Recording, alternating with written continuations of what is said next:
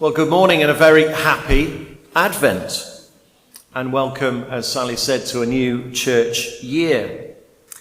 And as ever, as we start very tentatively to turn our attention towards Christmas, to the birth of the baby Jesus, to mangers and shepherds, to carols and Christmas trees, the lectionary hits us full in the face with what is really quite a heavy and challenging reading from Luke's Gospel. We are confronted by language of cosmic and earthly upheaval, human apprehension and terror, of apocalypse, a real glimpse of the end of times, a sense of the second coming as we're planning to celebrate the first. And this sort of apocalyptic reading can, I think, make us feel deeply uncomfortable. That simplicity of love God, love neighbour is shattered by language and by ideas that we 21st century Christians can find really difficult. Increasingly, societally, we've been conditioned to find it hard to look forward with anything other than dread to the end of times. In the absence of faith, the word apocalypse has taken on a dark and terrible meaning, an absolute end, rather than the beginning of something more wonderful than we can probably imagine. As Richard Rohr points out, the word apocalypse simply means an unveiling, a revealing of the underbelly of reality, as he puts it. It's not the end of the world, he says. It's the end of worlds, our worlds that we have created. Apocalypse for Christians is about birth rather than death. And hold on to that thought because it will become very important later on in this talk. But perhaps this reading is painful for us too, because so much of it can seem similar to the things that we see in our world at the moment. If the writer of Luke lived today in this fragile world, I suspect he might discern the signs of our times. Looking at conflict in Palestine, Lebanon, and Ukraine, he might speak of the anguish of nations spoken by Jesus in verse 25 of this gospel. Looking at the slow and unsteady progress at COP29, where the very future of our planet was so frustrated by national self-interest.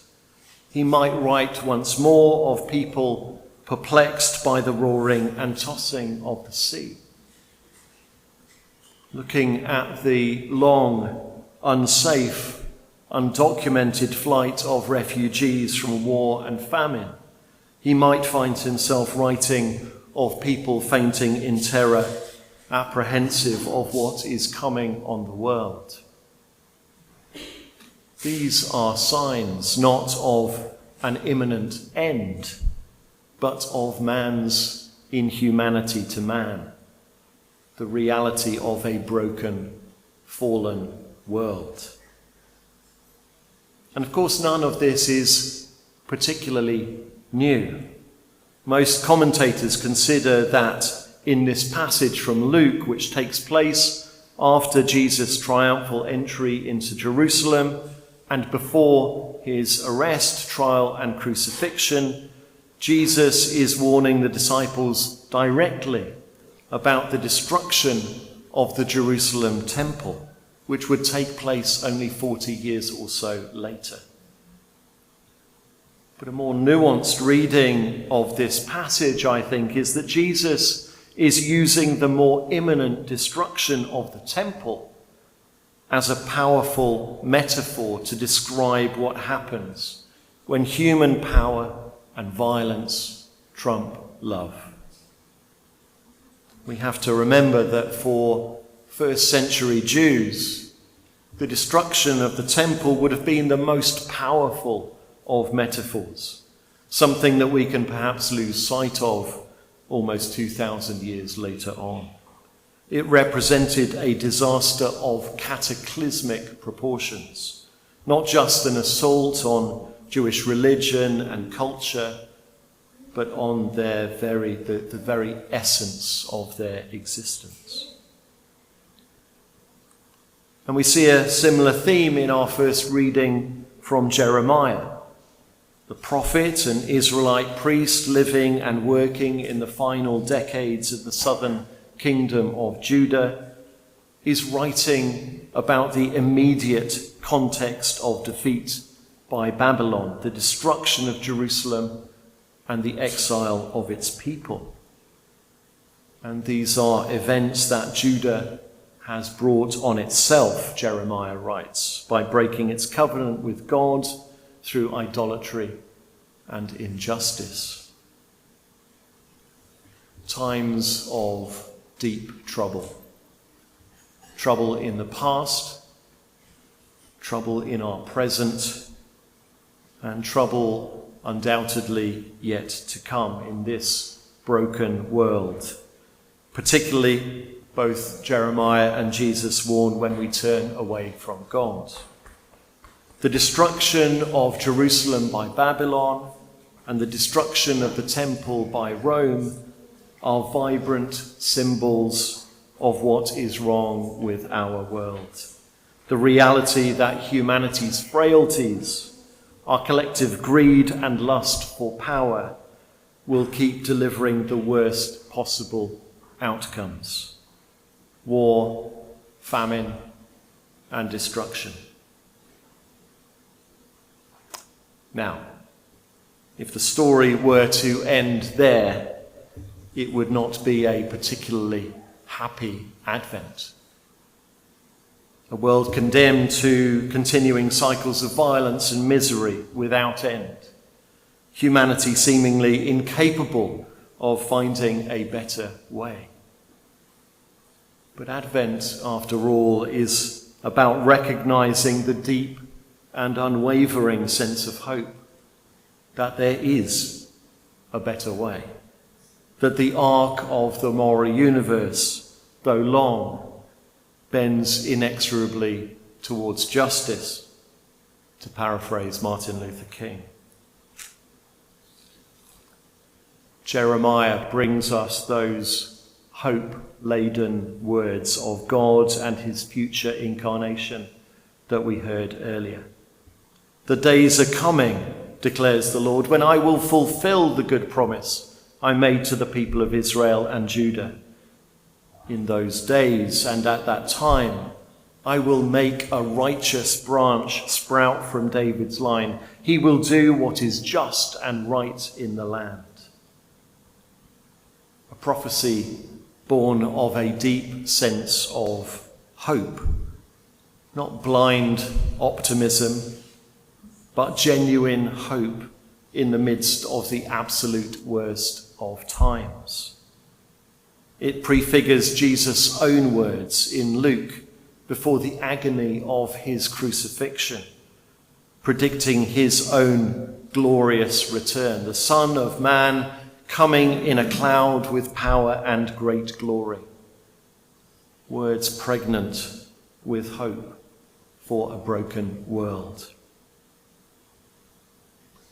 And so hope begins with a recognition that the way the world is not how it should be or how it was intended to be.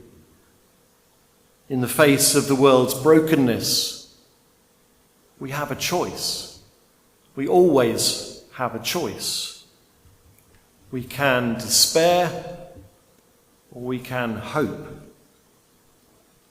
Despair limits us. It's very passive. We can find ourselves simply watching in horror as it all unfolds. Hope, on the other hand, inspires us, it sets us free. In the words of that iconic Red Bull advert, it gives us wings. In the words of Sam Wells, we balance celebrating the birth of Jesus, a birth that signals hope, fulfillment and joy, with leaving space for the anticipation of God's ultimate promise, a time when his reign on earth will be complete. Advent, he says, reflects our longing and desire for a future free from pain, war, and inequality. Advent unsettles our notion of a God of distant transcendence somewhere high above the clouds. We're reminded that God has firmly pitched his tent in the world. He's walked among us. He's sent his Holy Spirit to equip and empower us in all that he calls us to do and be in the world. Advent is a wonderful affirmation of the nearness of God.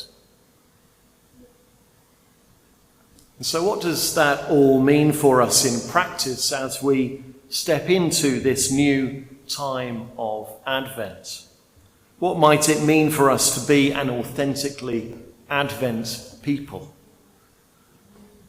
Well, perhaps the most obvious thing is that we're called to be people of hope and joy, confident in God's promise to the world.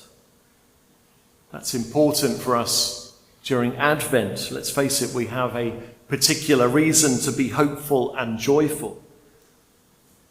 But surely it should characterize Christians and Christianity generally. How can we be somber and pious in the face of such wonderfully good news?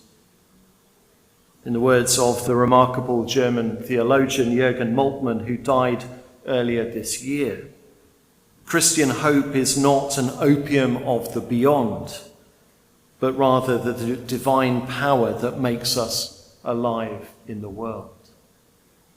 Hope is the divine power that makes us alive in the world.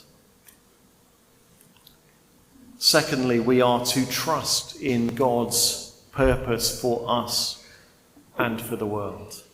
Even when it feels like the end of the world, we know that God is in control. Jesus tells us not to be anxious about those things we know we can't control. But thirdly, we must beware, I think, that passive attitude of just waiting and seeing. The challenge is not how do we endure the waiting, but how do we participate in what God is doing in our world and in our lives. It's no coincidence, I think, that Advent and adventure come from the same Latin root. What would it mean for each of us to have an adventurous Advent?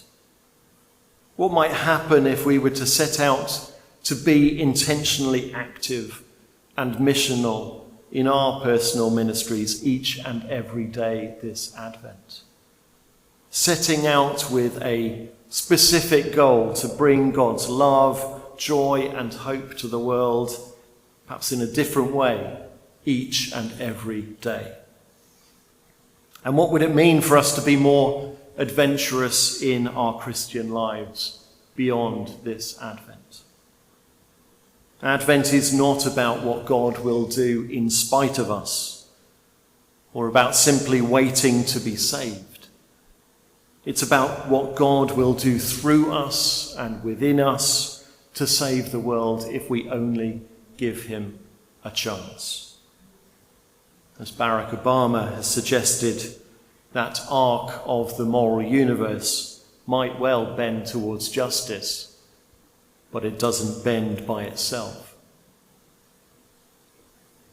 Could there be a more perfect way to start a church year than one that is filled with unlimited hope and possibility.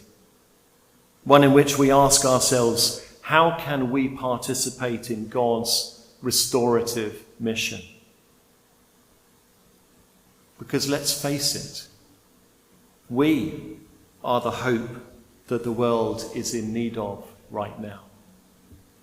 We are the leaves that grow on that righteous branch that God sprouted from David's line.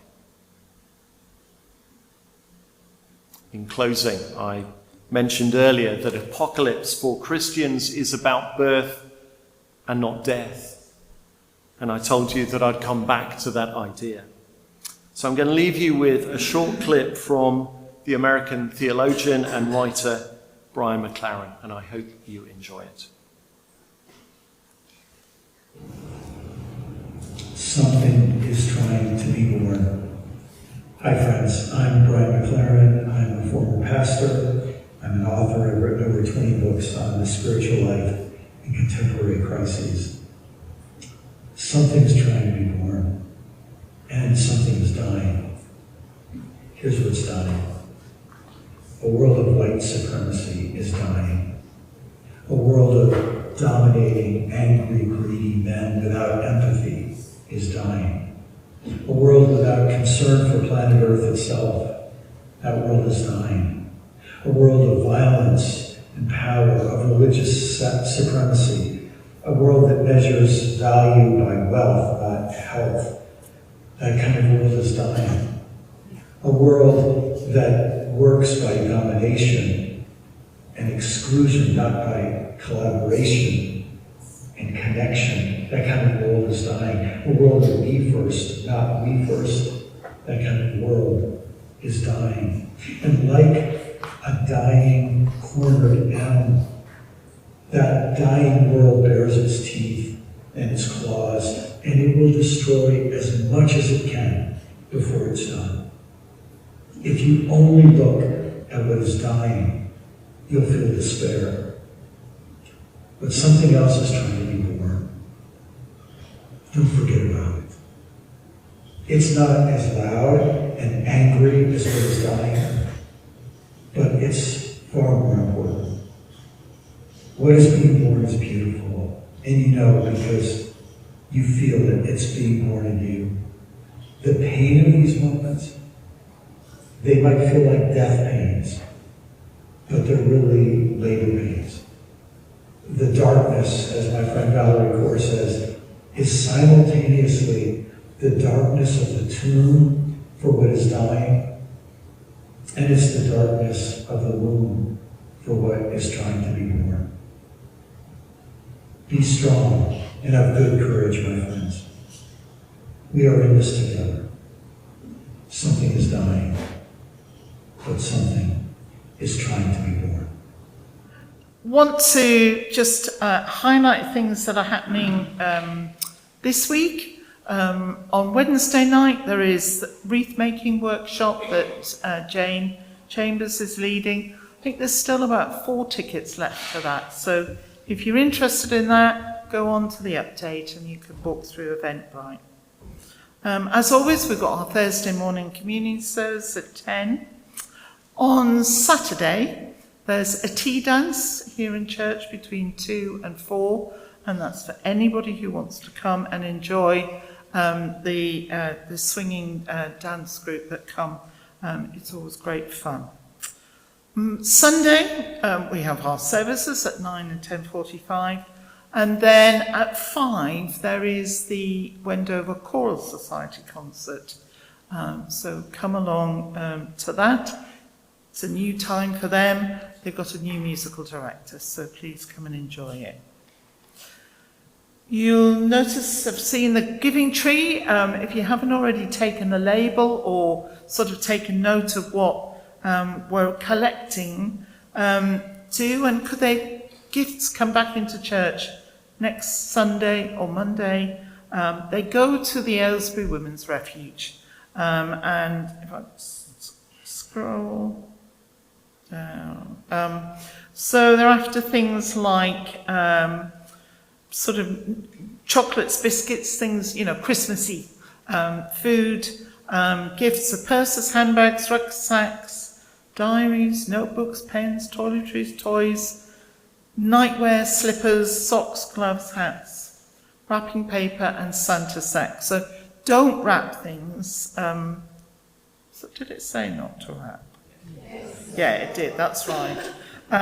Because most likely things will get used for Christmas, but if they're not wrapped, they can then be used on other occasions as well. So please do bring in gifts for that. There's other concerts. It's the Community Singers concert on the 14th, but the tickets have sold out for that, so that's going to be a very big event. Quickly looking, our Christmas services are, again, on the update. Sorry, I'm trying to find it. The one I just want to chat briefly about was the carol service on the 22nd at 7 p.m. The church is always very, very full for that candlelit service. And we like to serve mulled wine and mince pies. Sharon's organising that, so if anybody's able to help to serve mulled wine and take up mince pies, could you have a word with her? And much nearer the time, if you can bring in mince pies, that would be wonderful. On Wednesday, it was announced that our new Bishop of Buckingham is Dave Bull, who is at the moment the Vicar of All Saints Marlow. Dave and Mary Gregory, who's the new Bishop of Reading, and I think a couple of other bishops are going to be consecrated on the 27th of February. It's great. Dave has been in the area for about 13 years. He's the area dean of Marlow, of Wickham. So I worked with him a bit. He's a good thing. Really pleased. He was who I was hoping, and it could have been, hundreds of people. But I really hoped and prayed that it would be Dave. So we look forward to working with him. And thank you, Trish, for mentioning a sister dying in your prayers. I noticed that our MP, Greg Smith, did vote against it. We will have our own different views, but I just had a sense to say that when my mum was dying in October, she was in resus. It was obvious that she wasn't going to recover. And we were so pleased that palliative care was there. And the question was asked, did they want to see if there was a space in the hospice? And within an hour, her bed was being wheeled through into Florence Nightingale. And we had the 4 days there where she was cared for, we were cared for, we could have drowned in tea. It was amazing. And to see palliative care and hospice care, I know we were lucky, but it certainly influences my thoughts around assisted dying. So I do think we need to be continuing to pray as to what will happen with this bill. It very much was, the second reading, was it? It was first reading, I thought it was. So it's a long way to travel, and we have our opportunity to express views. I'm not telling what your views should be, but we have that opportunity to do that. So continue to pray for all of that.